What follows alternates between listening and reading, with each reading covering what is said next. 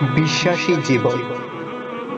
ঈমান বা বিশ্বাসের ধনভাণ্ডার হতে যারা রিক্তহস্ত, তারাই প্রকৃত অর্থে হতভাগা।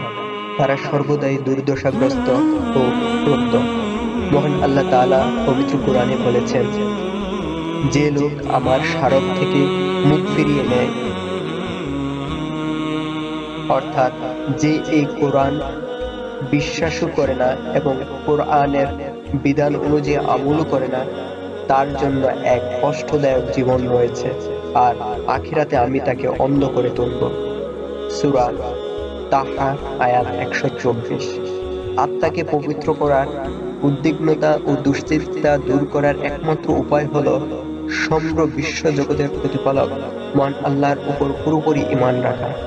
প্রকৃতপক্ষে যখন কারো ঈমান থাকে না, তখন জীবনে কোনো প্রকৃত অর্থ থাকতে পারে না।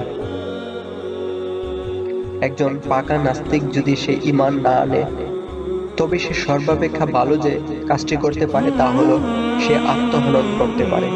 এমনটি করে কমপক্ষে সে যে অন্ধকারাচ্ছন্ন ও হতভাগা জীবনযাপন করছে তার থেকে সে নিজেকে মুক্ত করতে পারবে। ঈমানহীন জীবন কতই না হীন ও তুচ্ছ।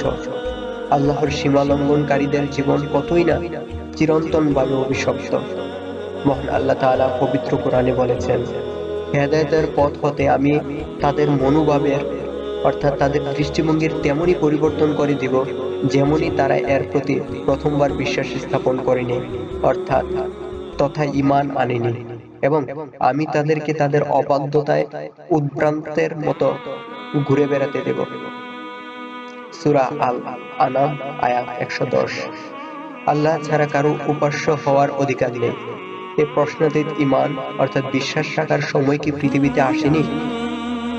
মূর্তিতে বিশ্বাস যে হাস্যকর, নাস্তিকতা যে অযৌক্তিক, নবীগণ যে সত্যবাদী ছিলেন এবং আকাশসমূহ ও পৃথিবীর মালিকানা যে একমাত্র আল্লাহরই, শত শত বছর অভিজ্ঞতার পরেও কি মানবজাতিকে এই বাস্তবতার দিকে পরিচালিত হওয়া উচিত নয়? সকল প্রশংসা আল্লাহই প্রাপ্য এবং তিনি সবকিছুর উপর ক্ষমতাবান। আপনার ঈমানের সবলতা বা দুর্বলতা ও দৃঢ়তা বা কোমলতার স্তর অনুপাতেই আপনি সুখী হবেন।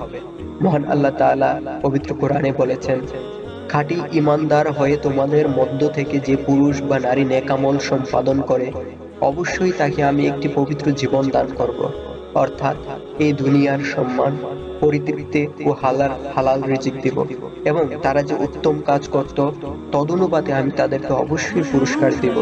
সূরা আন-নাহাল আয়াত ৯৭।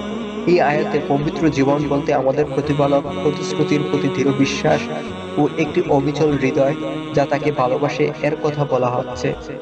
যে লোকেরা এই পবিত্র জীবন যাপন করে, তারা যখন সমস্যা কবলিত হয়, তখন তাদের স্নায়ু অর্থাৎ মন শান্তও থাকে বটে, তবে তাদের উপর আপতিত সব কিছুর প্রতিই তারা সন্তুষ্ট থাকবে, কেননা তারা নিশ্চিত জানে যে এটা তাদের জন্য ভাগ্যে লেখা ছিল।